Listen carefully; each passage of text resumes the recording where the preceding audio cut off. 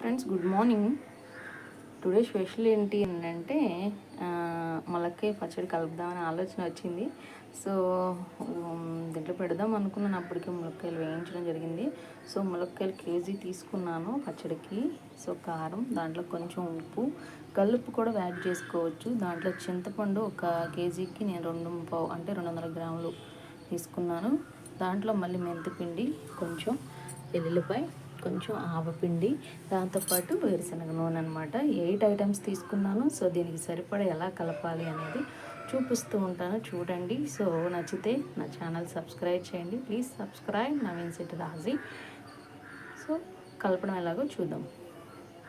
ములక్కాయలు తీసుకున్నాను. ఫస్ట్ కలుపుకోవడం ఎలాగో చూద్దాము. దీంట్లో ఆవపిండి 1 స్పూన్ వేసాను, ఇది 2వ స్పూను. సో 2 స్పూన్లు సరిపోతాయి. ఇప్పుడు మెంతిపిండి 1 స్పూన్ తీసుకున్నాను.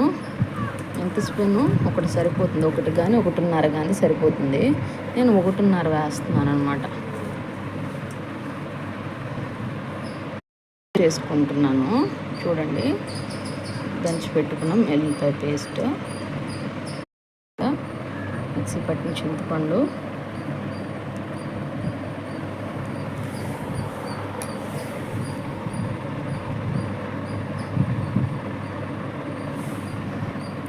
పక్కన ఒక బౌల్లో తీసుకున్న కారం కూడా వేస్తున్నాను, చూడండి. హాఫ్ కారం తీసుకున్నాను. సో వేసుకుని కొంచెం దాంట్లో నూనె కలుపుకుని దాంట్లో మిక్స్ చేసుకుంటూ ఉంటాను, చూస్తూ ఉంటాను. కచ్చాపిచ్చాగా కలపకూడదండి. ముక్కకు పట్టేటట్టు ముక్కను జాగ్రత్తగా తీసుకుంటూ నిదానంగా కలుపుకోవాలి. సో నేను నిదానంగా కలుపుకుంటూ ఉన్నాను, చూడండి.